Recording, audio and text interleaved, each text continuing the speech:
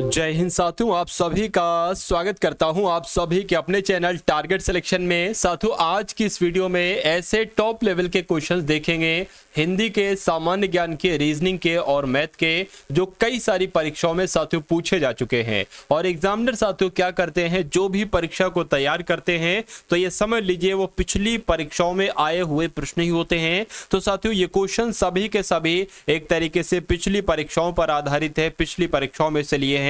मेरा मानना है कि एग्जामिनर ये क्वेश्चन साथियों आपसे पूछ सकता है आपके एग्जाम में। तो इन सभी को क्या अपने रियल एग्जाम होने से पहले इन सभी प्रश्नों को साथियों तैयार कर लीजिए। ये तो कहीं आपकी किस्मत अच्छी है कि परीक्षा से पहले आपकी नजर इस वीडियो पर पड़ गई है और आप साथियों क्या करेंगे, सभी प्रश्नों को अपने मनोमस्तिष्क में स्टोर कर लेंगे और अपने एग्जाम को बहुत शानदार तरीके से क्रैक कर डालेंगे। पति ने पत्नी के लिए खिलौने खरीदे, इस वाक्य में कारक मुझे बताइए साथियों कौन सा कारक यहां पर आ सकता है। देखिए अगर बात करें कभी भी साथियों के लिए आ जाए वाक्य में, क्या के लिए आ जाए और कारक आपसे पूछे तो सिंपल सा है, आपको संप्रदान कारक लगा देना है। ठीक है, संप्रदान कारक लगा के आगे बढ़ जाना है और दूसरे नंबर का सवाल देखना है और इसका आंसर आपको बताना है कि पिता ने बच्चे को खेलते देखा, इस वाक्य में रेखांकित अंश में कौन सा कारक है। अब देखिए यहां पर अगर बात करें बच्चे को, अब यहां पर को आ गया है, तो अगर साथियों देखिए को कहीं पर अगर आपसे दिया जाए, यानी कि वाक्य में, मैंने अभी आपको बताया था कि किसी वाक्य में अगर के लिए आ जाए और कारक पूछे तो संप्रदान कारक बताना, लेकिन अगर किसी वाक्य में को आ जाए और कारक पूछे तो कर्म बताना। ठीक है ना, ये बात आप लोग साथियों ध्यान रखेंगे। अगर बात करते मैं आपको बता देता हूं, अगर किसी वाक्य में साथियों से लिखा होगा तो वहां पर आपादान कारक होगा, अगर किसी वाक्य में का कारक आएगा तो वहां पर साथियों संबंध कारक होगा। संप्रदान यानी कि अगर बात करें के लिए आ जाए तो वहां पर साथियों संप्रदान कारक हो जाएगा। उसके बाद देखिए अगला सवाल है कि निम्नलिखित में से काल बोधक अव्यय कौन सा नहीं है, ये आपको साथियों बताना है। चलिए देखिए अगर बात करें ये तुरंत क्या है, ये तुरंत काल बोधक अव्यय है, आजकल काल बोधक अव्यय। लेकिन अगर बहुत शब्द की बात करते हैं तो ये साथियों परिमाण बोधक अव्यय है। क्या आप लोग ध्यान रखेंगे साथियों, अगर इसकी बात करते हैं तो ये परिमाण बोधक अव्यय है, ना कि काल बोधक अव्यय है। उसके अलावा ये भी काल बोधक अव्यय है। तो अगर आपका उत्तर यहां पर है ऑप्शन नंबर सी के साथ, तो मैं कहूंगा कि आपका आंसर बिल्कुल करेक्ट है। गीता पढ़ती है, इसमें जो खाली जगह आपको बताने वो खाली जगह से शब्द भरना, यानी कि गीता ध्यान पूर्वक पढ़ती है ये आएगा, या गीता अकस्मात पढ़ती है, या तड़ातड़ पढ़ती है, या जरा पढ़ती है। तो मैं कहूंगा सबसे सटीक शब्द आपका जो होगा वो ऑप्शन नंबर ए वाला होगा और पूरा वाक्य ऐसे बनेगा कि गीता ध्यान पूर्वक पढ़ती है। उसके बाद देखिए अगला सवाल है साथियों, आपसे पूछा जा रहा है कि इसमें संधि कौन सी है, यानी कि जो ये शब्द दे रखा है ना साथियों ज्ञानोदय, इसमें संधि आपसे कुल मिला के पूछी जा रही है। अगर इसका साथियों संधि विच्छेद हम करते हैं तो इसका संधि विच्छेद कैसे करेंगे, ज्ञान अलग हो जाएगा, ठीक है ना, और साथियों उदय अलग हो जाएगा। तो ज्ञान धन उदय, तो इसका संधि विच्छेद हो जाएगा। और इसमें कौन सी संधि है, तो मैं कहूंगा इसमें साथियों स्वर संधि है, यानी कि आंसर जिनका भी है ऑप्शन नंबर ए के साथ मैं कहूंगा बिल्कुल करेक्ट है। अगला सवाल आपकी स्क्रीन पर है कि पुनर्जन्म का संधि विच्छेद क्या होगा। तो साथियों क्या होगा, मैं कहूंगा पुनः धन जन्म जो होगा ये इसका संधि विच्छेद हो जाएगा। और पूछा जाए शब्द में कौन सी संधि है, तो विसर्ग संधि आपको साथियों लग रही होगी यहां पर, तो विसर्ग संधि यहां पर आंसर हो जाएगा। अगला सवाल, निम्नलिखित शब्दों में से किस शब्द में कर्मधारय समास है। तो कर्मधारय समास मुझे बताइए साथियों कहां पर है, फटाफट आंसर आपका किस ऑप्शन के साथ जाएगा। चलिए देखिए पीतांबर शब्द की अगर बात करते हैं ना, पीतांबर, यहां पर साथियों पीतांबर शब्द में जो होगा वो कर्मधारय समास हो जाएगा। कैसे, पीत है अंबर, ठीक है ना, पीत है अंबर मतलब कृष्ण की बात चल रही है। तो पीतांबर शब्द की अगर बात करते हैं तो इसमें साथियों आपका क्या हो जाएगा, कर्मधारय समास हो जाएगा और यही आपका राइट आंसर है। निम्नलिखित में से कौन सा शब्द बहुब्रीहि समास का सही उदाहरण है मुझे बताइए। यानी कि बहुब्रीहि समास क्या सुख दुख में है, तो मैं कहूंगा नहीं, सुख दुख में बीच में लग सकता है योजक चिन्ह, और जिसमें योजक चिन्ह लग सकता है साथियों वहां पर द्वंद्व समास होता है, ये आप सभी लोग जानते हैं। ठीक है, कमल नयन की अगर बात करते हैं, कमल नयन में साथियों कर्मधारय समास है। कौन सा समास है साथियों, कर्मधारय समास है। उसके अलावा वीणा पाणी शब्द की अगर बात करते हैं तो वीणा पाणी शब्द में हो जाएगा बहुब्रीहि समास, ठीक है ना। उसके अलावा आप बीती का अगर बात करते हैं तो इसमें आपका तत्पुरुष समास हो जाएगा। तो कुल मिला के अगर आपका जवाब यहां पर है ऑप्शन नंबर सी के साथ, तो मैं कहूंगा कि आपका जवाब बिल्कुल सही है।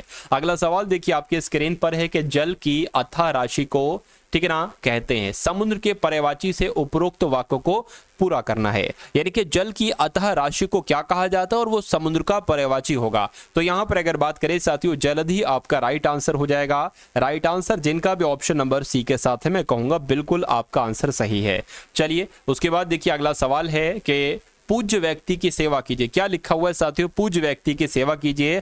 वाक्य में रेखांकित पद के बदले इनमें से उसका कौन सा समानार्थी शब्द आ सकता है। तो अगर सेवा शब्द की बात करें, मान लीजिए सेवा शब्द को हमें ना रखना हो, सेवा शब्द का समानार्थी शब्द क्या होगा वो आपसे पूछा जा रहा है। तो सेवा को साथियों क्या भक्ति कहते नहीं, या प्रार्थना कहते नहीं साथियों, स्तुति भी नहीं कहते। मैं कह सकता हूं सेवा को शुश्रूषा कहा जाता है। क्या कहा जाता है साथियों, शुश्रूषा कहा जाता है। इसलिए सही जवाब जिनका भी ऑप्शन नंबर ए के साथ है, मैं कहूंगा कि आंसर आपका बिल्कुल करेक्ट है। साथियों जिन लोगों ने भी वीडियो को अभी लाइक नहीं किया तो तुरंत साथियों लाइक कर दीजिए, और जो लोग चैनल पर नए हैं और चैनल को अभी तक सब्सक्राइब नहीं किया तो तुरंत साथियों चैनल को भी आप लोग जरूर सब्सक्राइब कर लीजिए। उसके अलावा साथियों यूपी पुलिस कांस्टेबल के लिए आपके लिए एक पीडीएफ तैयार की गई है। मेरा मानना है कि उन दोनों पीडीएफ को अगर आप लगा लेंगे तो कुछ नहीं 65% तो पेपर आपका वहीं से फंस जाएगा।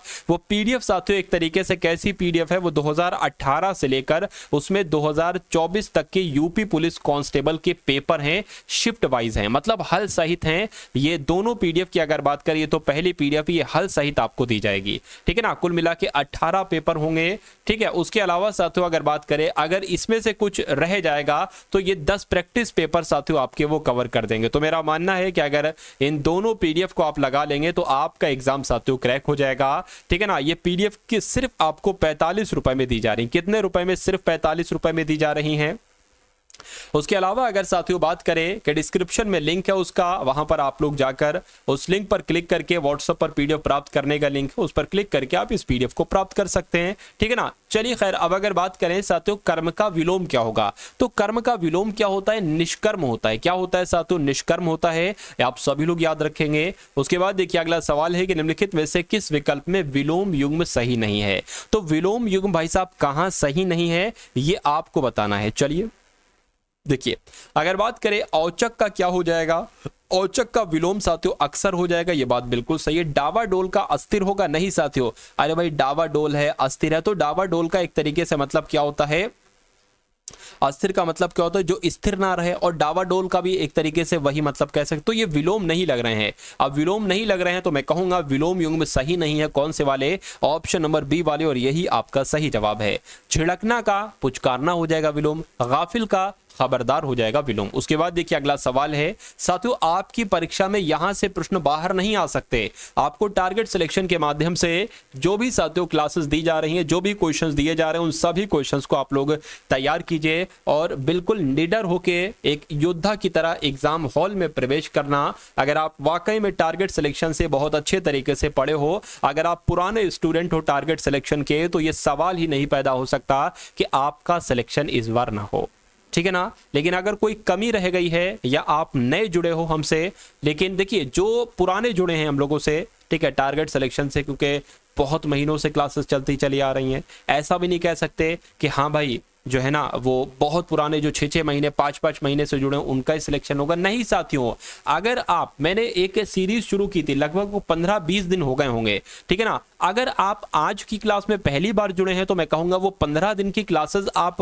तैयार कर लीजिएगा। उसमें जितने कंटेंट मैंने कराए, जितने क्वेश्चंस मैंने कराए, उनको तैयार कर लीजिएगा। आप भी उन्हीं स्टूडेंट की बराबरी कर लेंगे जो लगभग 1 से 2 महीने से जुड़े हुए हैं, क्योंकि मैंने पिछले 15 दिनों में आपको इतना पढ़ाया है कि मैंने पिछले उससे पहले 2 महीने में नहीं पढ़ाया होगा। ये बात ध्यान रखिएगा। तो 15 से 20 दिन की क्लासेस जाकर साथियों आप लोग देख लीजिए। वीडियोस वाले सेक्शन में जितनी क्लासेस है, हर टाइप की मैंने आपको साथियों क्लासेस दी हैं, उन क्लासेस को आप लोग जरूर देख लीजिएगा जाके इस वीडियो को देखने के बाद। अब देखिए शब्द कौन सा स्त्रीलिंग है, यानी कि स्त्रीलिंग शब्द की अगर बात करते हैं, पक्षी कैसा है, पुल्लिंग हो जाएगा। केकड़ा कैसा है, पुल्लिंग हो जाएगा। चकोर कैसा है, पुल्लिंग हो जाएगा। गिलहरी कैसी है, तो ये आपका एक स्त्रीलिंग शब्द हो जाएगा और यही आपका राइट आंसर हो जाएगा। उसके बाद देखिए एक और सवाल है कि कौन सा शब्द इसमें से पुल्लिंग है, पुल्लिंग बताना है साथियों। देखिए दया कैसी है, ये तो स्त्रीलिंग है। घटना कैसी, स्त्रीलिंग है। जड़ता कैसी, स्त्रीलिंग। बुढ़ापा कैसा है, तो कुल मिला के अगर बात करें बुढ़ापा शब्द आपका एक पुल्लिंग शब्द हो जाएगा और यही आपका सही जवाब हो जाएगा। निम्नलिखित में से कौन सा बहुवचन अशुद्ध है, आपसे कुल मिला के यहां पर पूछा जा रहा है, मुझे बताइए। चलिए चलिए भाई, देखिए यहां पर अगर बात करें सातों कैसे क्या होगा, देखिए पाठक का तो बहुवचन जो होगा वो पाठकगण हो जाएगी, ये तो बिल्कुल सही है, ठीक है ना, ये तो बिल्कुल सही है, ठीक है। प्रत्येक का बहुवचन क्या हर एक होता है, तो मैं कहूंगा नहीं साथियों। देखिए प्रत्येक शब्द जो होता है ये हमेशा एक वचन में ही इस्तेमाल होता है, क्या हमेशा एक वचन में ही साथियों इस्तेमाल होता है, ये बात आप लोग ध्यान रखेंगे। उसके अलावा नारी का बहुवचन नारी वृंद होगा, मैं कहूंगा हाँ। आपका बहुवचन आप लोग होगा, मैं कहूंगा हाँ। यानी कि बहुवचन अशुद्ध कौन सा है, तो ऑप्शन नंबर बी वाला है, और यही आपका बिल्कुल सही जवाब हो जाता है। अगला सवाल है कि किस संज्ञा का बहुवचन रूप नहीं होता है, मुझे बताइए। चलिए देखिए किस संज्ञा का बहुवचन रूप नहीं होता है। अब अगर मान लीजिए हम बात करें व्यक्तिवाचक का नहीं होता है, तो कैसे व्यक्तिवाचक शब्द का बहुवचन नहीं होता है, ठीक है ना, ये मैं आपको बता देता हूं। जैसे मान लीजिए कोई मुकेश एक लड़का है, मुकेश एक लड़का है, तो मुकेश शब्द में तो व्यक्तिवाचक संज्ञा, क्या इस शब्द का आप बहुवचन बना सकते हो? मुकेशो कहोगे? नहीं कहोगे साथियों, ठीक है ना, नहीं कहोगे। मान लीजिए गंगा शब्द, ये क्या है, ये एक नदी है, इसमें कौन सी संज्ञा है, ये व्यक्तिवाचक संज्ञा है, क्या इसका आप बहुवचन बना सकते हो? मैं कहूंगा नहीं बना सकते हो, ठीक है ना। या कोई किताब का नाम है, मान लीजिए रामचरितमानस है, क्या रामचरितमानस, इस किताब का क्या आप बहुवचन बना सकते हो? नहीं बना सकते हो, क्योंकि ये यूनिक चीज है, और जो यूनिक चीजें होती हैं उनका बहुवचन नहीं बनता है।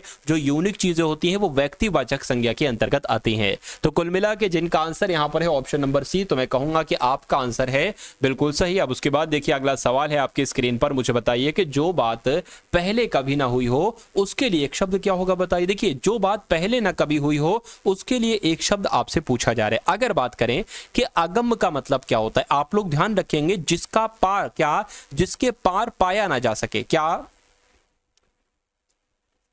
अगम का मतलब होता है जिसके पार ना पाया जा सके। एक तरीके से अवर्णीय की अगर बात करते हैं साथियों, तो जिसका वर्ण ना किया जा सके या जिसका वर्ण ना हो सके उसको अवर्णीय कहा जाता है, जिसका अंत ना हो सके उसको अनंत कहा जाएगा, और जो बात पहले कभी ना हुई हो उसको अभूतपूर्व कहा जाता है। ये बात आप लोग साथियों ध्यान रखेंगे। उसके बाद देखिए अगला सवाल है आपके स्क्रीन पर, देखिए और मुझे बताइए कि जो कानून के विरुद्ध हो इसके लिए एक शब्द क्या होगा। जो कानून के विरुद्ध हो ये आपसे कुल मिला के यहां पर पूछा जा रहा है, मुझे बताइए। चलिए देखिए यहां पर एक शब्द आया है अनैतिक। अनैतिक का मतलब क्या होता है मैं आपको बता देता हूं। जो नीति के विपरीत हो उसको अनैतिक कहा जाएगा, जो धर्म को ना मानने वाला हो वो अधार्मिक कहलाएगा, जो उचित ना हो उसको अनुचित कहा जाएगा, और जो कानून के विरुद्ध हो उसको अवैध कहा जाएगा। तो कुल मिला के अगर आपका जवाब यहां पर है ऑप्शन नंबर सी, तो मैं कहूंगा आपका आंसर बिल्कुल करेक्ट है। अब देखिए साथियों आधुनिक मीरा किनको कहा जाता है, आपसे पूछा जा रहा है। आधुनिक मीरा की जब हम बात करते हैं तो ये तो महादेवी वर्मा को कहा जाता है आधुनिक मीरा, यानी कि आंसर अगर आपका है ऑप्शन नंबर बी तो बिल्कुल करेक्ट है। प्रकृति का सुकुमार कवि किसे कहा जाता है, तो सुमित्रा नंदन पंत की अगर बात करते हैं तो इनको ही क्या कहा जाता है, प्रकृति का सुकुमार कवि कहा जाता है। अगला सवाल देखिए कि किस वर्ण का उच्चारण कंठ तालु है, तो कंठ तालु की अगर बात करते हैं साथियों मैं कहूंगा ए वर्ण का उच्चारण कंठ तालु है। राइट आंसर आपका बी के साथ। ओष्ठ व्यंजन इसमें से कौन सा है मुझे बताइए। ओष्ठ व्यंजन की अगर बात करते हैं साथियों तो फा जो होगा ना ये आपका ओष्ठ व्यंजन हो जाएगा। जयशंकर प्रसाद का जन्म साथियों किस वर्ष में हुआ था, तो आप लोग ध्यान रखेंगे 1889 में ही जयशंकर प्रसाद का जन्म हुआ था। उसके बाद देखिए सुमित्रा नंदन पंत की कौन सी रचना नहीं है, ये आपसे कुल मिला के पूछी जा रही है। चलिए तो यहां पर साथियों आपका राइट आंसर क्या हो सकता है, मैं कहूंगा देखिए स्वर्णधूलि की अगर बात करते हैं तो ये सुमित्रा नंदन पंत की रचना है।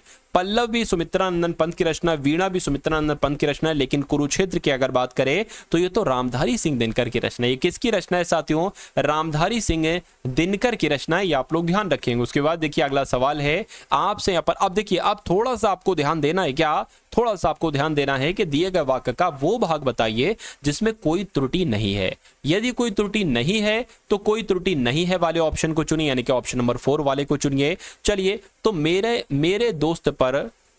दोस्त पर चोरी का गलत अभियोग चलाया गया है, तो अब आपको बताना है दिक्कत कहां पर है, मुझे बताइए। चलिए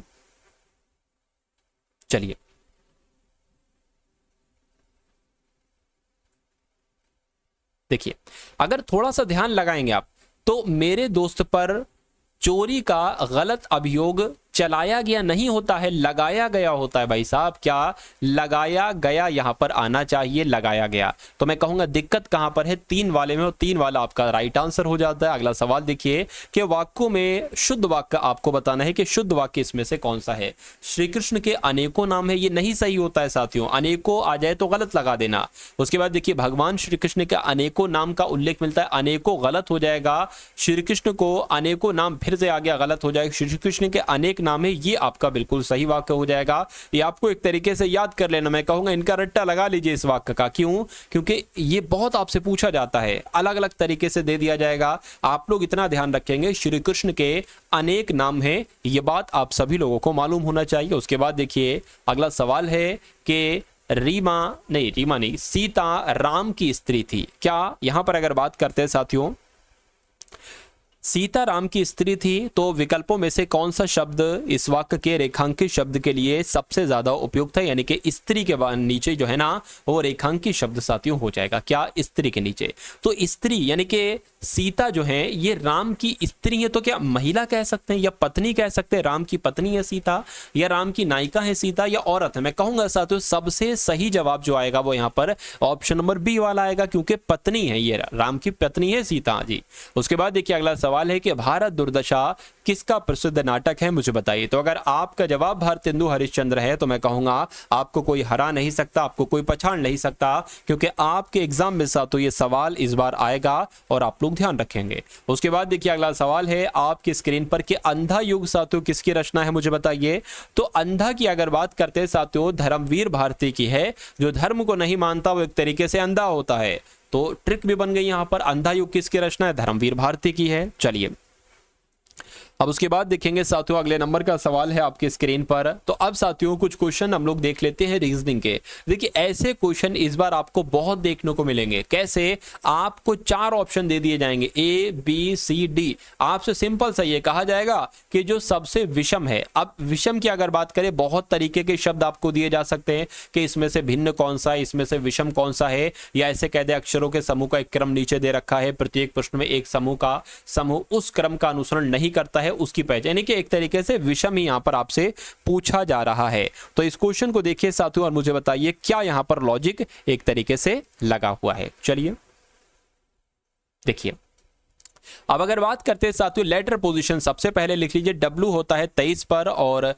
X होता है 24 पर। उसके बाद D होता है 4 पर, C होता है साथियों 3 पर। उसी प्रकार P 16 पर होता है, Q 17 पर होता है, K 11 पर होता है, J 10 पर होता है, और T 20 पर होता है, V 22 पर होता है, और G 7 पर होता है, F 6 पर होता है। उसी प्रकार N साथियों 14 पर होता है, NO 15 पर होता है, M 13 पर होता है, और L साथियों 12 पर होता है। इतनी बात साथियों आपको समझ में आ गई है। अब उसके बाद देखिए 23 से यहां पर 24 हो गया है और 4 से 3 हुआ है, यानी कि एक बड़ा है और एक घटा है। यहां पर भी वही चीज है साथियों। क्या? यहां पर अगर बात करें साथियों एक बड़ा है और यहां पर एक घटा है। यहां पर अच्छा यहां पर 2 बढ़ा दिए गए, ठीक है ना, और यहां पर एक घटा दिया गया। तो यहां पर उसी प्रकार अगर बात करें एक बड़ा है और एक घटा है, तो देखिए एक बढ़ा एक घटा इसमें आया है, एक बढ़ा एक घटा इसमें आया है, एक बढ़ा एक घटा इसमें आया है, लेकिन यहां पर 2 प्लस किए जा रहे हैं। तो रूल के खिलाफ कौन सा होगा, यानी कि सबसे विषम कौन सा होगा? ऑप्शन नंबर सी वाला होगा, और यही आपका राइट आंसर है। उसके बाद देखिए अगला सवाल है साथियों आपकी स्क्रीन पर। देखिए बताइए कि अब इसमें आपको बताने के बेमेल आपको पहचानना है। देखिए सफेद का संबंध बर्फ से कैसे हो जाएगा, लाल का संबंध रक्त कैसे हो जाएगा, भूरे का संबंध आकाश से कैसे हो जाएगा, और हरे का संबंध घास से कैसे हो जाएगा। अगर बात बताऊं मैं कि बर्फ सफेद होता है तो मैं कहूंगा बिल्कुल सही, तो इसमें एक संबंध है। रक्त लाल होता है तो मैं कहूंगा बिल्कुल सही, ये भी सही है। आकाश क्या भूरा होता है तो मैं कहूंगा भाई साहब आकाश भूरा कब से होने लगा, आकाश तो नीला होता है, ठीक है ना। घास क्या हरी होती है तो मैं कहूंगा बिल्कुल सही, यानी कि सबसे बेमेल कौन सा है? ऑप्शन नंबर सी वाला है, और ऑप्शन नंबर सी ही आपका बिल्कुल सही जवाब है। उसके बाद देखिए यहां पर साथियों बाउंच को क्या बंच को 87 लिखा जाता है और क्राउन को 62 लिखा जाता है, तो ड्रोन को क्या लिखा जाएगा? अब यहां पर देखिए अब क्या लॉजिक लग रहा है, कैसे कैसे यहां पर क्या हो रहा है मुझे नहीं पता, लेकिन हम लोग कोशिश करते हैं साथियों, ठीक है ना, कोशिश करते और कोशिश करके आंसर तक हम लोग पहुंच सकते हैं। ऐसा तो नहीं साथियों देखिए कभी भी कोई वर्ड आपको दे रखा हो और लगभग लगभग 30, 40, 50 के आसपास का कोई नंबर, तो समझ जाना कि नंबर को जोड़ा जाता है। जैसे बी पर 2 पर आ जाएगा बी तो 2, और यू पर 21 साथियों, एन 14 पर आएगा, और सी 3 पर आएगा, 8 पर आएगा। मेरे हिसाब से साथियों क्या इनको प्लस तो नहीं किया गया, जरा देखिए आप लोग, ठीक है ना। ये हो जाएगा आपका 23, 23 और 3 कितना हो जाएगा 26, 26 और ये साथियों 40 हो जाएगा। ये तो नहीं बन पा रहा है, ठीक है ना। इनका अगर साथियों योग करते हैं एक तरीके से, तो इनका एक तरीके से क्या 87 बन रहा है, तो मैं कहूंगा साथियों 87 तो इनका नहीं बन पा रहा है, तो ये लॉजिक हमारा फेल हो जाएगा, ठीक है। अब दूसरा लॉजिक की अगर बात करें साथियों, इसमें देखिए दूसरा लॉजिक की अगर बात करें क्या लग सकता है, वो मैं आपको बताने की कोशिश करता हूं। देखिए अगर यहां पर साथियों हम क्या करें, अगर जिसके बी का उल्टा क्या होता है साथियों, वाई होता है, ठीक है ना। यू का साथियों उल्टा एक तरीके से क्या होता है, एफ होता है। अब उल्टा का मतलब विपरीत लेटर, जैसे कि मान लीजिए विपरीत लेटर ए का क्या होगा, जेड होगा, बी का विपरीत क्या होगा, वाई होगा, सी का क्या होगा, एक्स होगा, ऐसे करके। एन का क्या होता है विपरीत साथियों, एम होता है, सी का एक्स हो जाएगा, और एच किसका होगा साथियों, एस का होगा। अब साथियों इनके नंबरिंग जो आएगी उसको करिए, जैसे मान लीजिए वाई जो होता है ना वो 25 पर आता है प्लस, एफ 6 पर आता है, एम 13 पर आता है, और एक्स आपका साथियों 24 पर आता है, और एस 19 पर आता है। अब इसका टोटल करा के देखिए साथियों कितना आपके पास आता है। तो अब अगर बात करें साथियों, देखिए 25 और 6 कितना हो जाएंगे, 31 हो जाएंगे, 31 और ये आपके 3 कितने होंगे, 34 और 10 कितने हो जाएंगे, 44 हो जाएंगे, 44, 45, 46, 47, 48, 48 और 58, 68 हो गए, 68 और 19 कितने हो जाएंगे साथियों के बताइए जरा, 68 और 78, 88 माइनस 1 यानी कि 87 हो जाएंगे। तो मैं कह सकता हूं साथियों 87 ही इसका योग आ रहा है। तो इनको टोटल करोगे 87 आएगा। तो मेरे हिसाब से इसका भी वही विपरीत लेटर लिख के काउंट करना है। अब इसका साथियों कर लो बस। अब आपको क्या मिलेगा साथियों, यानी कि लॉजिक जो है वो लॉजिक आपको पता चल गया कि आखिर यहाँ पर लॉजिक लगा क्या लगा है। देखिए अगर सिंपल सा क्वेश्चन होता है ना तो वो तो आसान होता, हर बच्चा कर लेता, लेकिन क्वेश्चन को थोड़ा सा डिफिकल्ट बनाया गया है। अब अगर यहाँ पर बात करें साथियों डी का अपोजिट क्या होता है, तो डब्ल्यू होता है यानी कि 23 आ जाएगा। आर का अपोजिट क्या होता है साथियों, आई होता है जो कि 9 पर होता है। ए का अपोजिट जेड होता है जो कि 26 पर होता है। और डब्ल्यू का अपोजिट साथियों डी होता है जो कि 4 पर होता है। और एन का अपोजिट एम होता है जो कि 13 पर होता है। इसका अगर साथियों आप टोटल करोगे तो कितना आएगा देख लीजिए जरा, 26 और 4 30 हो जाएगा, ठीक है ना। 30 40 50 53 हो जाएगा, ठीक है ना। 53 और साथियों 62 हो जाएगा, 62 और 65 और 75 कुल मिला के यहाँ पर हो जाएगा। यानी कि मैं कह सकता हूँ इनका टोटल कितना आ जाएगा, 75 आ जाएगा। और 75 कौन से ऑप्शन में है, ऑप्शन नंबर सी में है। तो जिनका आंसर यहाँ पर 75 आ रहा था तो मैं कहूंगा कि आपका आंसर यहाँ पर बिल्कुल सही जा रहा था। उसके बाद देखिए अब यहाँ पर अगर बात करें, जैसे 169 से 225 बनाया गया है, उसी प्रकार 256 से साथियों क्या बनाया जा सकता है, ये आपसे यहाँ पर जो है ना वो पूछा जा रहा है। ये बहुत शानदार क्वेश्चन है साथियों। देखिए अगर रीजनिंग टफ आती है तो रीजनिंग कैसी आएगी ये आज की इस वीडियो में मैं आपको बता रहा हूं। और इसको बिल्कुल छोड़ के नहीं जाइए। अगर जो क्वेश्चन आपकी समझ में नहीं आ रहे हैं तो उनको सीखिए, क्योंकि सेम टू सेम कॉन्सेप्ट आपसे वहां पर पूछे जाएंगे। देखिए ये होता है साथियों 13 का स्क्वायर, ठीक है ना। और 225 किसका स्क्वायर होता है जरा मुझे बताइए। 225 जो होता है ये 15 का स्क्वायर होता है, यानी कि 13 से 15 यहां पर हो गया। इतनी बात आपको समझ में आई है। ये किसका स्क्वायर होता है, 16 का। तो यहां पर साथियों 18 आएगा। 13 से भाई 15 हुआ तो 16 से 18 ही तो होगा। तो 18 का स्क्वायर कितना होता है, 324 होता है। तो मैं कह सकता हूं 324 आपका यहां पर बिल्कुल सही जवाब हो जाएगा। आंसर यहां पर जिनका भी ऑप्शन नंबर ए मैं कहूंगा बिल्कुल करेक्ट है। अब उसके बाद देखिए अगला सवाल है आपके स्क्रीन पर साथियों, देखिए और मुझे बताइए कि आपका सही जवाब क्या है। लिखा हुआ है कि पारिवारिक फोटो को देखते हुए, मान लीजिए एक फोटो यहां पर है, कहते हैं कि इफ ने इफ ने, ठीक है ना, इफ ने ए की ओर इशारा करते हुए, इफ ने ए की ओर इशारा करते हुए इशारा किया और कहा कि वहां मेरी बहन जी के पिता, क्या अब मेरी बहन जी, यानी कि साथियों एफ क्या कह रहा है, एफ कह रहा है मेरी बहन जी। तो एफ की बहन कौन हो जाएगी साथियों, जी हो जाएंगी। इतनी बात आपको पता है। वह मेरी बहन जी के पिता डी, तो जी के पिता कौन हो जाएंगे साथियों, डी हो जाएंगे। तो डी जी के भी पिता हैं और एफ के भी पिता। इतनी बात आपको समझ में आ गई। कहने के डी की बहन ई, यानी कि मेरे पिता की बहन ई, ठीक है ना। ये भी दोनों भाई बहन, ये भी दोनों भाई बहन, बस कुल मिला के साथियों ये दोनों बच्चे हैं डी के और डी की बहन है ई। इतनी बात आपको समझ में आई। उसके बाद कहा जा रहा है कि डी की बहन ई के पिता बी, ठीक है, ई के पिता। अब ई के पिता कौन हो गए साथियों? ई के पिता बी हो गए, ठीक है ना, ई के पिता बी हो गए और बी की पत्नी है, ठीक है ना, बी की पत्नी है। कौन बी की पत्नी है? ए है भाई, ए यहां पर बात चल रही है। अरे भाई यहीं से तो शुरुआत हुई थी। एफ ने ए की ओर इशारा करते हुए कहा कि वह मेरी बहन जी के पिता डी की बहन के, ठीक है ना, बहन ई के पिता बी की पत्नी है। यानी कि एफ जो कह रहा है साथियों वो इसकी बात कर रहा है, ये एफ जो है ना ये इसकी बात कर रहा है, किसकी? साथियों ए की बात कर रहा है। अब कहने के बी एफ से किस प्रकार संबंध, यानी कि एफ क्या कहेगा बी को, तो एफ क्या कहेगा साथियों बी को? इतनी सी बात आपसे पूछी जा रही है, मुझे बताइए। देखिए अगर बात करें साथियों ये तो पिता हो जाएंगे, ठीक है ना, एक तरीके से पिता के पिता यहां पर आपका राइट आंसर हो जाएगा। तो मैं कहूंगा साथियों पिता का पिता कहां पर लिखा हुआ है? ऑप्शन नंबर सी में लिखा हुआ है और यही आपका क्या होगा? यही आपका बिल्कुल सही जवाब है। साथियों क्या कहेगा आप लोग को भी मालूम है, तो एफ क्या कहेगा बी को? पिता का पिता एक तरीके से दादा कहेगा, यानी कि अगर दादा ऑप्शन में आता तो दादा लगा देते, लेकिन पिता का पिता आया है तो पिता आप लोग लगा देंगे। उसके बाद देखिए अगला सवाल है, ठीक है ना, इसको मैं क्या करूं, थोड़ा जूम कर दूं, बिल्कुल थोड़ा सा जूम इसको मैं आपके लिए कर देता हूं। चलिए अब यहां पर अगर बात करें, अब आपको अच्छे से दिख रहा होगा, ठीक है ना, देखिए यहां पर साथियों JRM19 है, उसके बाद साथियों UCX31 है, उसके बाद अब यहां पर क्या आना है आपसे पूछा जा रहा है, और उसके बाद आना चाहिए QYT55 और BJE67, ये आपका आना चाहिए। अब देखिए सबसे पहले अगर बात करें साथियों यहां पर कैसे क्या साथियों लॉजिक लगा है, एक बार देखिए J से यहां पर साथियों U हुआ है, यानी कि J होता है 10 पर और U होता है 21 पर, ठीक है ना। चलिए कोई दिक्कत नहीं, इतनी बात आपको समझ में आई है या नहीं समझ में आई है, कोई दिक्कत नहीं है। Q होता है 17 पर और B होता है 2 पर, इसमें कितने का गैप है?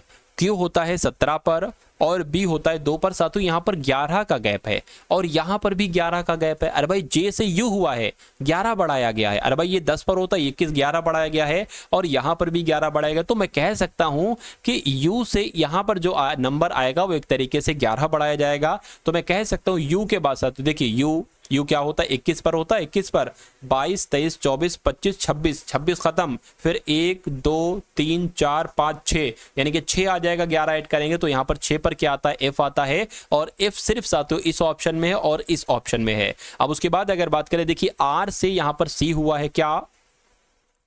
ठीक है ना, R से साथियों यहाँ पर कितना हुआ है? C से हुआ है, यानी कि R की अगर बात करें ये भी साथियों 11 ही तो बढ़ाया गया है, 11 बढ़ाया गया तो यहाँ पर भी साथियों 11 बढ़ाएंगे, ठीक है ना। तो 11 बढ़ाएंगे साथियों, यहाँ पर क्या आ जाना चाहिए? यहाँ पर N आ जाना चाहिए, और मैं कहूंगा N सिर्फ और सिर्फ इस ऑप्शन में है, तो यही आपका राइट आंसर हो जाएगा। बाकी अगर बात करें मेरे हिसाब से यहाँ पर भी 11 11 11 बढ़ाया जाएगा। एक बार इसको देख लेते साथियों, देखिए आंसर तो आपको पता चल गया कि आंसर आपका क्या आ गया, ऑप्शन नंबर ए आंसर आ गया। जरा नंबरिंग वाला देख लेते कि नंबरिंग कितनी कितनी बढ़ाई जा रही है। 19 से 31 हुआ है, 19 से 31 हुआ है, यानी कि 12 बढ़ाया गया है, ठीक है ना। उसके बाद 55 से 67 जो हुआ यहां पर भी 12 बढ़ाया गया है। तो मेरे हिसाब से 31 में भी साथियों जब हम 12 बढ़ाएंगे तो कितना हो जाएगा? 43 हो जाएगा, और 43 आप यहां पर देख पा रहे हैं। तो ये तो अब कंफर्म हो गया बिल्कुल कि आंसर जो हमारा होगा वो ऑप्शन नंबर ए ही होगा। उसके बाद देखिए अगला सवाल है, आपकी स्क्रीन पर देखिए और मुझे बताइए कि आपका यहां पर सही जवाब साथियों किस ऑप्शन के साथ जाएगा। चलिए साथियों यहाँ पर 48 है, उसके बाद 75 हुआ, उसके बाद 108, फिर यहाँ पर कौन सा नंबर आएगा ये आपसे पूछा जा रहा है। इतनी सी बात साथियों आपको क्या आपको बताना है, और आंसर तक साथियों आपको मैं पहुंचा दूंगा। चलिए साथियों अगर वीडियो को आपने अभी तक लाइक नहीं किया है तो तुरंत इस वीडियो को लाइक कर दीजिए, क्योंकि सिर्फ आपसे लाइक मांगा जाता है और कुछ नहीं मांगा जाता है, और वो लाइक भी 1 सेकंड का 1/10वां हिस्सा होगा, यानी कि इतना भी समय आप नहीं दे सकते साथियों।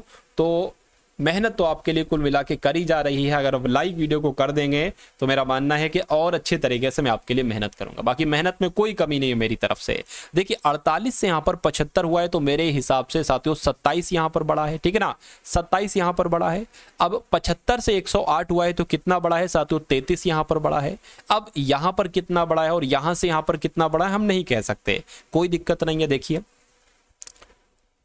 अब यहां पर अगर बात करें देखिए साथियों ये 27 से कितना बड़ा है? 6 बड़ा है। तो ऐसा तो नहीं साथियों 6 यहां पर भी बड़ा हो, अगर हम 6 इसमें बढ़ा लें तो ये कितना हो जाएगा? ये साथियों 39 हो जाएगा। यानी कि अब 108 में अगर 39 मिलाओगे तो ये वाला नंबर आपको पता चल जाएगा। तो 108 में क्या 108 में साथियों जरा 39 मिलाकर देखो, 8 का 8 16, 1 17, ठीक है ना। यहाँ पर साथियों 1 आ गया तो ये आपका 4 आ जाएगा, ठीक है ना। और ये आपका कितना आ जाएगा, ये ज्यादा हो गया क्या, ये टोटल में मेरी कुछ मिस्टेक 308 कर दिया, 108 करना चाहिए।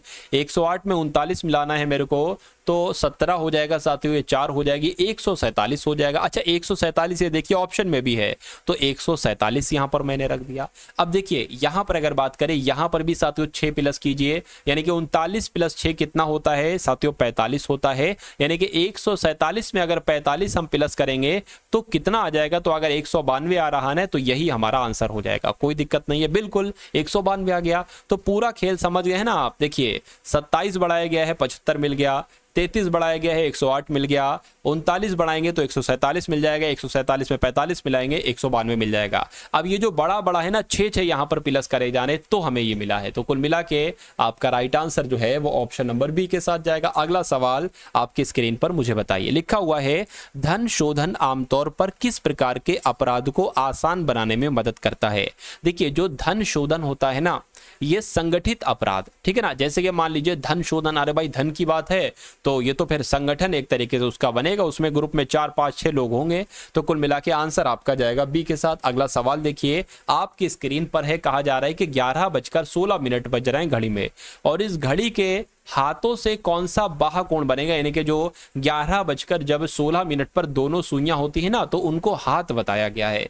तो 11:16 पर मिनट और घंटे वाली आपस में सुई कौन सा कोण बनाएंगी, 242 का, 212 का, 342 का या 195 का। ये बात आपसे पूछी जा रही। मैंने आपको कई बार बताया है कि एक सूत्र होता है, वो सूत्र आप लोग साथियों ध्यान रखेंगे। चलिए तो 11 गुणा घंटे होता है साथियों, 11 गुणा घंटे माइनस 11/2 मिनट होता है, ठीक है ना। घंटे कितने हैं 11 और मिनट की जगह पर 16 आ जाएगा। तो 11 गुणा क्या साथियों, यहां पर अगर बात करते हैं हम लोग 11 गुणा घंटे कितने हैं, 11 घंटे की बात की गई है। अच्छा 11 गुणा 11 फिर तो आ जाएगा, एक सेकेंड साथियों, यहां पर अगर बात करें ये 30 होता है, 11 नहीं होता, पता नहीं मैंने यहां पर कैसे क्यों लिख दिया। चलिए कोई दिक्कत ही नहीं है, तो यहां पर 30 आएगा। जो सूत्र होता है ना साथियों, वो आपका 30 गुणा घंटे होता है, यानी कि 30 गुणा घंटे होता है। अब यहां पर अगर बात करें 30 गुणा 11 आ जाएगा माइनस 11/2, ठीक है ना।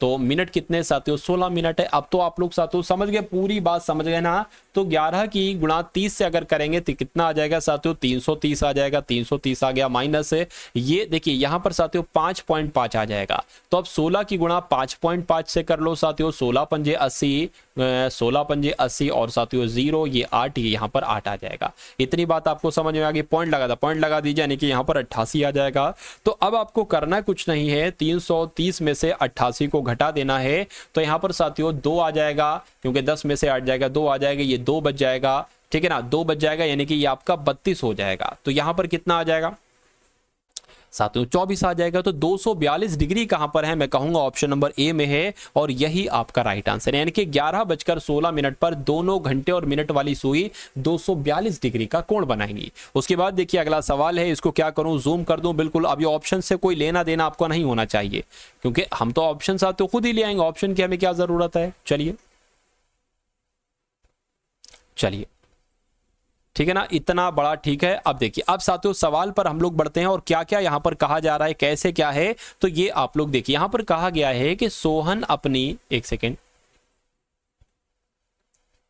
हाँ, तो क्या कहा गया साथियों, यहां पर कहा गया है कि सोहन अपनी बहन के घर से उत्तर की ओर 45 किलोमीटर यात्रा करता है, ठीक है ना। तो सोहन अपनी उत्तर की तरफ करता है कितने किलोमीटर साथियों, ठीक है ना, उत्तर की तरफ साथियों कितनी यात्रा करता है, 45 किलोमीटर यात्रा करता है, यह बात आपको मालूम है। चलिए सोहन अपनी बहन के घर से उत्तर की ओर 45 किलोमीटर यात्रा करता है, 45 किलोमीटर यात्रा करा ली, कहने के फिर वो बाएं मुड़ता है और 55 किलोमीटर चलता है, ठीक है। वो साथियों बाएं यहां पर मुड़ गया और कितना चल गया, 55 किलोमीटर चल गया, ठीक है ना। कहने के फिर वो बाएं मुड़ता है और 34 किलोमीटर चलता है, फिर वो बाएं मुड़ गया और 34 किलोमीटर कुल मिला के यहां तक चला देते हैं। कहने के अंत में फिर वो बाएं मुड़ता है और अपने घर पहुंचने के लिए 115 किलोमीटर की यात्रा करता है। तो कुल मिला के ये तो इस रेखा को काटती हुई जाएगी, 115 115 किलोमीटर चली है, ये याद रखिएगा। कितनी? 115 किलोमीटर चली है, यात्रा करता है। और उसकी बहन के घर और उसके घर के बीच न्यूनतम दूरी कितनी होगी? उसकी बहन का घर कहाँ है साथियों? उसकी बहन का घर ये है और उसका घर ये है, इसकी न्यूनतम दूरी कितनी होगी, ये आपसे यहां पर पूछा जा रहा है। अच्छा, और भी कुछ पूछा जा रहा है, देखिए जरा। और उसका घर उसके आरंभिक बिंदु से, क्या उसका घर उसके आरंभिक बिंदु से साथियों, ठीक है ना, उसका घर उसके आरंभिक बिंदु से किस दिशा में, ये आपको बताना है, यानी कि ये दिशा आपको बताना है। तो ये होती है साथियों उत्तर, ये होती है पूरब, यानी कि जो दिशा होगी, दिशा वाला प्रश्न, तो वो तो उत्तर पूरब सही हो जाएगा, ठीक है ना। लेकिन इसकी आप दूरी ज्ञात कीजिए। अब देखिए यहां पर मैटर क्या पड़ता है, देखिए ये टोटल 170 है। कितनी है? 170 नहीं सॉरी 115 है। तो 115 में से जरा आप घटाइए 55, ठीक है ना। जब आप 55 घटाएंगे साथियों तो 0 और यहां पर कितना आ जाएगा, एक तरीके से साथियों यहां पर 6 आ जाएगा। यानी कि ये जो दूरी होगी आपकी, ये वाली दूरी जो होगी, ये मैं यहां पर बना लेता हूं, ये कितनी हो जाएगी, ये 60 हो जाएगी। और ये दूरी आपसे पूछी जा रही है। अब आप ये दूरी ज्ञात कर लो। ये टोटल दूरी कितनी है? 45। और ये दूरी कितनी है? 34। 34 ही तो है बिल्कुल। तो जरा 45 में से 34 को घटाओ, ठीक है, एक बच गया, यानी कि ये दूरी हो जाएगी आपकी साथियों 11। तो आपको कर्ण निकालना है, लंब है, आधार आपके पास है साथियों, आपको क्या निकालना है? आपको साथियों कर्ण निकालना है। कोई दिक्कत नहीं है, ठीक है ना, कोई दिक्कत नहीं है। अब हम क्या करते हैं साथियों, अब हम करते हैं, हमें थोड़ी सी चाहिए है जगह। अब तो कुछ नहीं ना, अब क्लियर हो गया। अब ये मैटर है साथियों, देखिए कर्ण का स्क्वायर बराबर क्या हो जाएगा? 60 का स्क्वायर प्लस 11 का स्क्वायर। 60 का स्क्वायर साथियों क्या होता है? 6 छंग 36, यानी कि 3600। और 11 का स्क्वायर कितना होता है? 121 होता है। अब इनको अगर आप साथियों क्या करेंगे, अगर आप इनको जोड़ेंगे तो इनको जोड़ने में क्या आ जाएगा साथियों, यहाँ पर 1 आ जाएगा, ठीक है ना, 2 आ जाएगा, 7 आ जाएगा और 3 आ जाएगा। अब अगर बात करते हैं ये किसका स्क्वायर है, तो मैं कहूंगा ये तो 61 का स्क्वायर है। तो 61 साथियों आपका राइट आंसर जाएगा, यानी कि 61 किलोमीटर। और उत्तर पूर्व दिशा में ये कहां पर लिखा है, बस आपको इतनी सी बात देखना है। तो मैं कहूंगा 61 किलोमीटर और उत्तर पूर्व कहां पर लिखा हुआ है? ऑप्शन नंबर डी में लिखा हुआ है। तो यही आपका बिल्कुल सही जवाब हो जाता है भाई। बहुत बढ़िया, वेरी गुड क्लास। अब उसके बाद देखिए अगला सवाल है आपकी स्क्रीन पर, देखिए और मुझे बताइए कि आपका यहां पर जो है ना वो सही जवाब साथियों किस ऑप्शन के साथ जाएगा। चलिए देखिए भाई, यहां पर अगर बात करें, एक कागज है आपके सामने वर्गाकार। अब इस कागज को यहां से मोड़ा जाता है और ये वाली साइड इसके ऊपर ला दी जाती है, तो ये एक ऐसा कागज बन जाता है। दूसरा स्टेप किया जाता है कि इस कागज को यहां से मोड़ा जाता है और ये वाली स्टेप इसके ऊपर ला दी जाती है, यानी कि अब आपके पास जो कागज का टुकड़ा आ गया है वो साथियों इस टाइप से आ गया है, ठीक है ना। अब यहां पर एक होल किया जाता है ऐसे करके। मैं थोड़ा सा पेन की निब को पतला कर लेता हूं, ठीक है ना, थोड़ा सा पतला कर लेता हूं, आसानी रहेगी। तो अब आपके पास एक ऐसा कागज आ गया है, एक ऐसा कागज आपके पास आ गया। एक होल किया जाता है चौकोर टाइप का यहां पर, और एक साथियों ऐसे होल किया जाता है। तो अब आपसे कुल मिला के ये कहा जा रहा है कि ये वाली साइड को अब जब इस तरफ खोला जाएगा तो कैसी दिखेगी, और इस पूरी साइड को जब इस तरफ खोल दिया जाएगा कैसी दिखेगी। ऑप्शन नंबर ए वाली ऐसी, ये वाली ऐसी, ये वाली, ये वाली। अब देखिए यहां पर साथियों थोड़ा सा सोचने समझने वाली बात है, थोड़ा सा सोच के आप उत्तर दीजिएगा।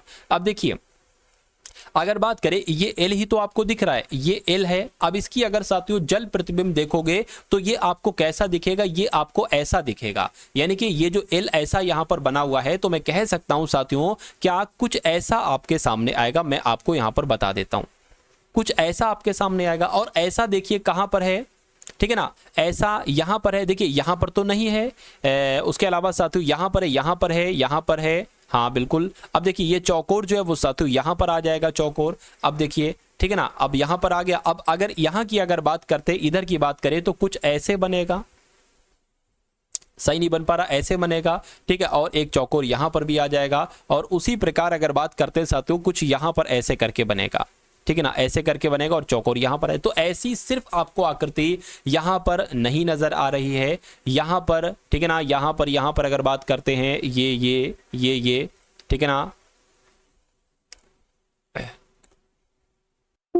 ए वाला क्यों नहीं हो सकता? देखिए ए वाले की अगर बात करें, ये दोनों ऐसे हैं, ये भी ऐसे और ये भी ऐसे है। यहां पर अगर बात करें, अब देखिए इस बिंदु को देखिए, मतलब ये जो है ना, ये थोड़ा सा इसके साइड में है, लेकिन यहां पर ये बिल्कुल बीच में आ रही, इसलिए ये नहीं हो सकता। मैं कहूंगा सबसे सटीक आपका right answer option number D वाली आकृति हो जाएगा, और यही आपका साथियों बिल्कुल सही जवाब है। उसके बाद देखिए अगला सवाल है आपके स्क्रीन पर साथियों, देखिए और मुझे बताइए कि आपका सही जवाब क्या होगा। अब यहां पर भी आपको कहा जा रहा है कि सबसे विषम कौन सी है, सबसे विपरीत कौन सी है साथियों, ये आपको देखना है और मुझे बताना है कि आपका सही जवाब यहां पर साथियों किस ऑप्शन के साथ जाएगा, क्या आपका राइट आंसर हो सकता है। देखिए बहुत ध्यान से देखिएगा, अगर बात करें 378 से 255 है, ठीक है, 756 300 633 है, 865 722 है, 962 844। अगर ऐसी संख्याएं लिखी हो तो आप सबसे पहले उनको आपस में माइनस कराइए। तो जरा इनको माइनस कराइए। 778 में से 255, 8 में से 5 जाएगा, 3 बचेगा, 7 में से 5 जाएगा, 2 बचेगा, 3 में से 1 जाएगा, 1 बचेगा, ठीक है, इतनी आपको पता चल गया। उसके बाद 6 में से 3 जाएगा साथियों, 3 बचेगा, 5 में से 3 जाएगा, 2 बचेगा, 7 में से 6 जाएगा, 1 बचेगा। तो यहां पर भी 123, यहां पर भी 123, क्या यहां पर भी 123 है? देखिए जरा, 5 में से 2 जाएगा, 3 बचेगा, 6 में से ये दो जाएगा साथियों, तो 4 बचेगा, और यहाँ पर एक ये 143 आ रहा है। 7 में से साथियों 4 जाएगा, 3 बचेगा, 6 में से 4 जाएगा, 2 बचेगा, और 9 में से 8 जाएगा, 1 बचेगा।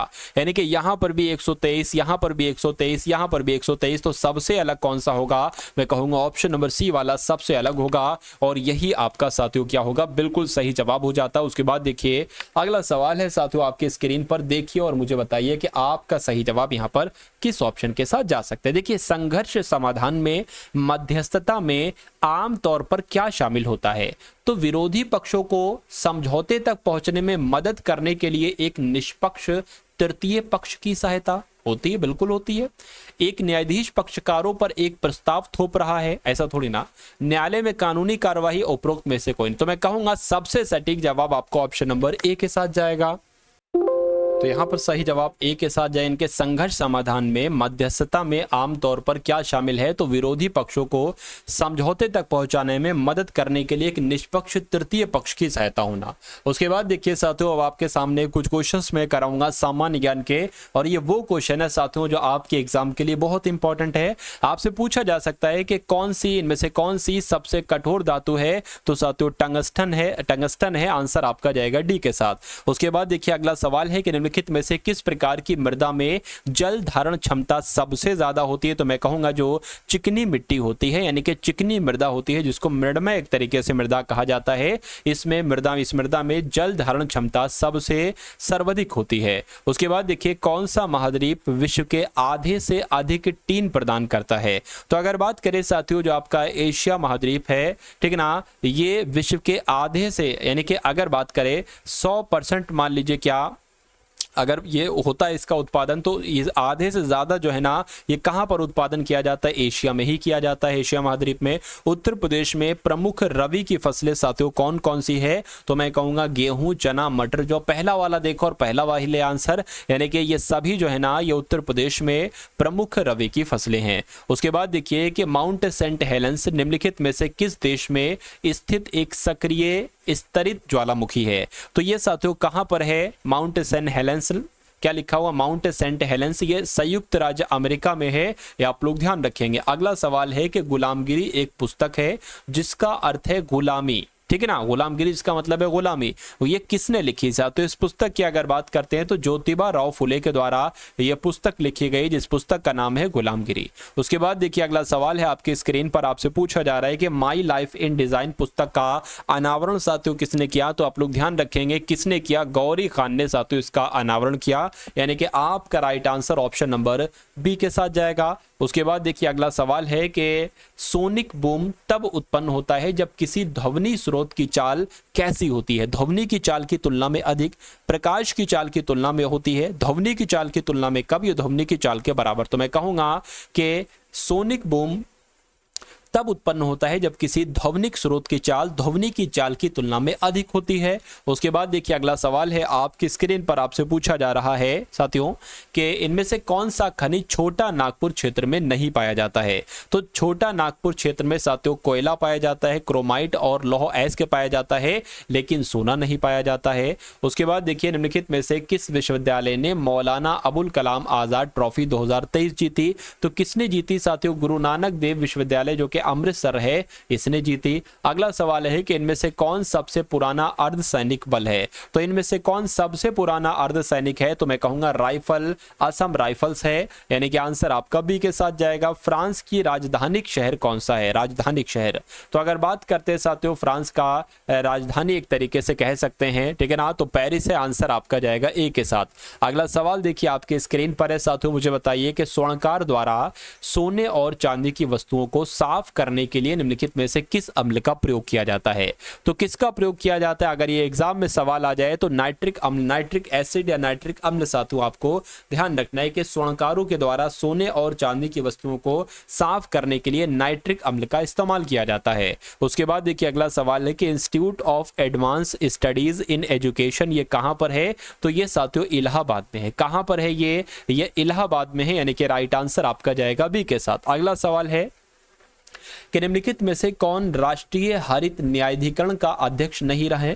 तो अगर बात करें साथियों आदर्श कुमार गोयल रहे, न्यायमूर्ति लोकेश्वर सिंह भी रहे, स्वतंत्र कुमार भी रहे, लेकिन एसके सिंह नहीं रहे। उसके बाद देखिए कि अमरावती कला विद्यालय का विकास किसके संरक्षण में किया गया था। तो किसके संरक्षण में किया गया था, सातवाहनों के संरक्षण में किया गया था, ये आप लोग ध्यान रखेंगे। राइट आंसर आपका जाएगा डी के साथ। अगला सवाल है आपकी स्क्रीन पर कि निम्नलिखित में से कौन सा देश एशियाई इंफ्रास्ट्रक्चर इन्वेस्टमेंट बैंक में दूसरा सबसे बड़ा शेयर धारक है।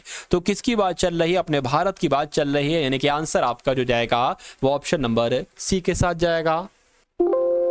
उसके बाद देखिए कि बाल विवाह प्रतिषेध अधिनियम यानी कि चाइल्ड मैरिज रेस्ट्रेंट एक्ट किस वर्ष लागू किया गया। तो ये साथियों कब लागू किया गया, 1929 में साथियों बाल विवाह प्रतिषेध अधिनियम लागू किया गया, यानी कि चाइल्ड मैरिज रेस्ट्रेंट एक्ट को लागू किया गया। उसके बाद देखिए अगला सवाल है कि कार्यशील आयु वर्ग में किसी राष्ट्र की जनसंख्या को कितने वर्ष के बीच समूहीकृत किया जाता है, आपसे पूछा जा रहा है। तो मैं कहूंगा 15 से 59 वर्ष के बीच, यानी कि कार्यशील आयु वर्ग में किसी राष्ट्र की जनसंख्या को सामान्यतः 15 से 59 वर्ष के बीच समूहीकृत किया जाता है। अगला सवाल देखिए कि निम्नलिखित में से कौन सा भारतीय शहर अरब सागर की रानी के रूप में जाना जाता है। तो मैं कहूंगा साथियों जो कोचीन है ना, कोचीन, इसको साथियों अरब सागर की रानी कहा जाता है। अगला सवाल देखिए कि कौन हिंदुस्तान रिपब्लिकन एसोसिएशन से संबंधित है।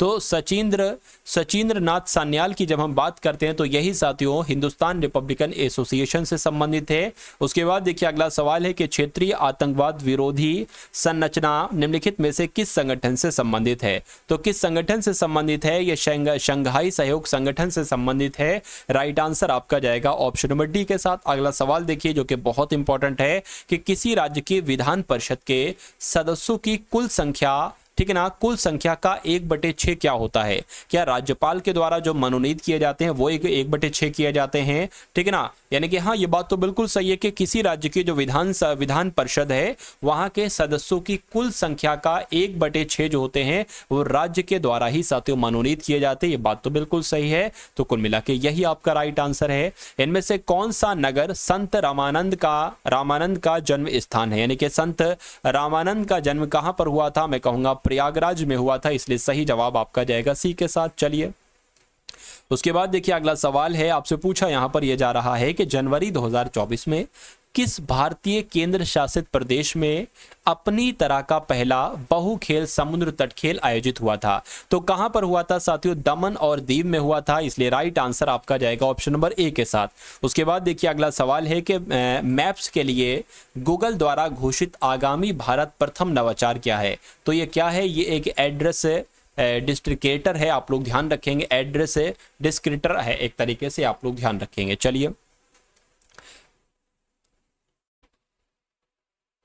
उसके बाद देखिए अगला सवाल है कि सीपीएमएफ या सीएपीएफ भारत चीन सीमा की रक्षा करती है, तो कौन सी सीएपीएफ की बात चल रही है? मैं कहूंगा साथियों आईटीबीपी की बात चल रही है। यह भारत चीन सीमा की रक्षा करती है, आईटीबीपी। उसके बाद देखिए अगला सवाल है आपकी स्क्रीन पर कि भारतीय संविधान का कौन सा भाग राज्य द्वारा शक्ति के मनमाने और निरपेक्ष उपयोग के विरुद्ध नागरिकों की रक्षा करता है? तो मैं कहूंगा भाग 3 आपका राइट आंसर हो जाएगा। यानी कि संविधान का भाग 3 राज्य के द्वारा शक्ति के मनमाने और निरपेक्ष उपयोग के विरुद्ध नागरिकों की रक्षा करता है। अगला सवाल देखिए साथियों कि निम्नलिखित में से कौन सा कानून गिरफ्तारी के बाद बच्चों को पुलिस हिरासत में रखने या उन्हें थाने में लाने पर प्रतिबंध लगाता है? तो ये तो साथियों किशोर न्याय अधिनियम 2000 है। क्या किशोर न्याय अधिनियम 2000 बच्चों की देखभाल और सुरक्षा से संबंधित है? तो कुल मिला के अगर बात करें आंसर आपका जाएगा ऑप्शन नंबर डी के साथ। अब यहां पर अगर बात करते हैं साथियों जिस पीडीएफ का मैंने जिक्र किया था, एक तो वो साथियों पीडीएफ आप लोग ले लीजिएगा क्योंकि उसमें से लगभग 65 से लेकर साथियों 70% आपका पेपर वहीं से आएगा।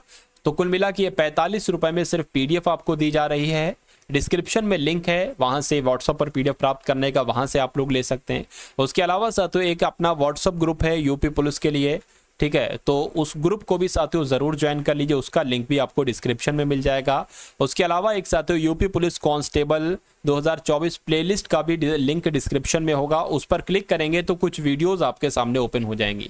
मेरा मानना है कि अगर इन सभी वीडियोस को आप कवर कर लेते हैं तो आपका हर कॉन्सेप्ट साथियों कवर हो जाएगा और उसके बाद साथियों आपका एग्जाम बहुत आसानी से क्रैक हो सकता है। तो इन सभी चीजों को करिए जो मैंने आपको बताया है, और जो भी अब एग्जाम तक टारगेट सिलेक्शन के माध्यम से वीडियोज आए तो उन सभी वीडियोज को देखिए, आपका एग्जाम बहुत अच्छा जाएगा। तो साथियों इस वीडियो की अगर बात करें, लाइक कीजिएगा, वीडियो को शेयर कीजिएगा। मिलते हैं हम सभी लोग आने वाली वीडियो में। जय हिंद साथियों।